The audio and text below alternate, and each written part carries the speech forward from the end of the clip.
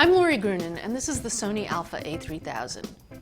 The A3000, also known as the ILCE 3000, is Sony's attempt to hit the $400 sweet spot of pricing for a kit with the 18 to 55mm lens in a camera that seemingly has everything that people stepping up from a point-and-shoot would want.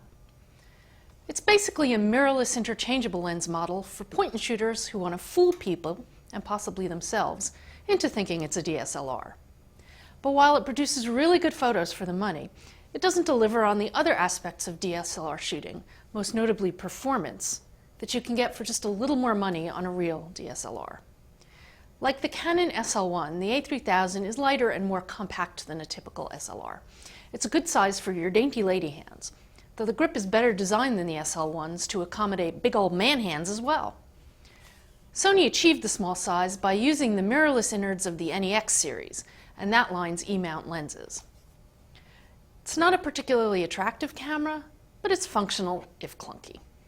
You have to delve into the annoying menus for most options, though it offers some higher-end features like a hot shoe and an electronic viewfinder. The viewfinder is small, coarse, and has poor color accuracy. The 2.7-inch LCD is cheap, extremely low resolution, and really difficult to see in direct sunlight if you're even a little off angle. The one nice aspect of the design is the location of the SD card slot, intelligently placed on the left side instead of inside the battery compartment. The performance drives home that this isn't a DSLR or even a mid-range ILC.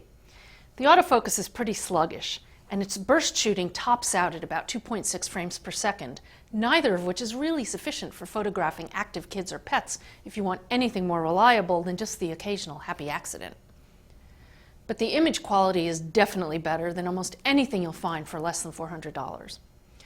Unsurprising, since warts and all, it still incorporates Sony's excellent 20.1 megapixel Exmor HD sensor and solid JPEG processing.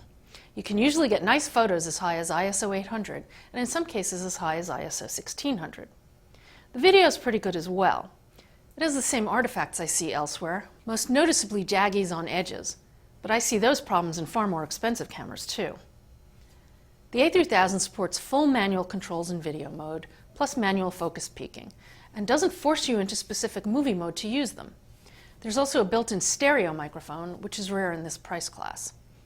On the other hand, it's limited to 60i or 24p for real HD video.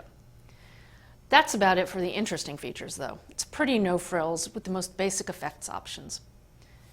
The A3000 feels like a camera intended to be a transitional buy, a step up in image quality, but designed to make you yearn for faster performance and another camera.